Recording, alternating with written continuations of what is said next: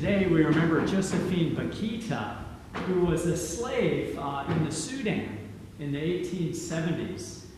She was kidnapped from her family around 7 or 8 years old by Arab slave traders, who then sold her to other tribes. And by the time she was in her teens, she'd been sold 3 or 4 times by different groups of people.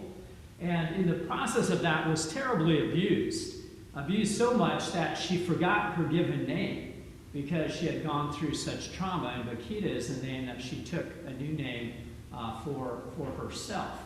Eventually, I think it was in the late 1870s or 80s, she was bought by an Italian vice consul who was in Sudan at the time and taken back to Italy, which did not have slavery, and so she was free. She wound up living in a convent of sisters who taught her about Christianity.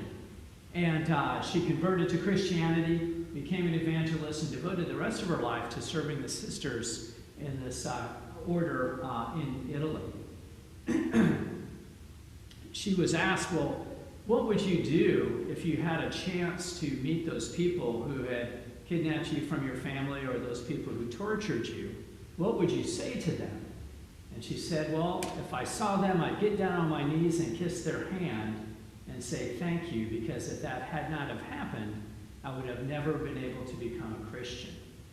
And, I personally struggle with that answer, all right? A lot of things could be said, and maybe you wrap it up with that, right, in my mind. But she went on to become an incredibly strong Christian, and the suffering that she endured made her who she was that day.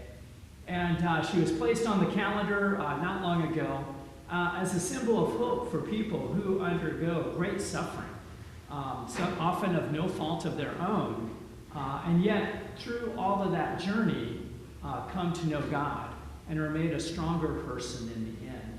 And so she's an incredible story. You can Google her and get the whole story. It goes into great detail. But a story of hope. She said when the nuns began to teach her about God, she said, I finally knew the God that I'd known since my childhood, but I never knew that God's name, because she'd grown up in a polytheistic culture.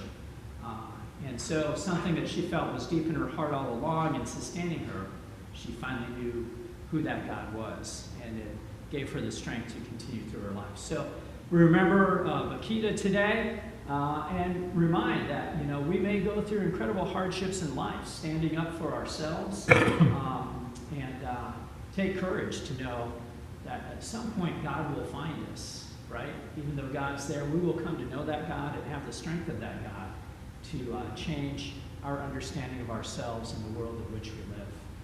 Amen.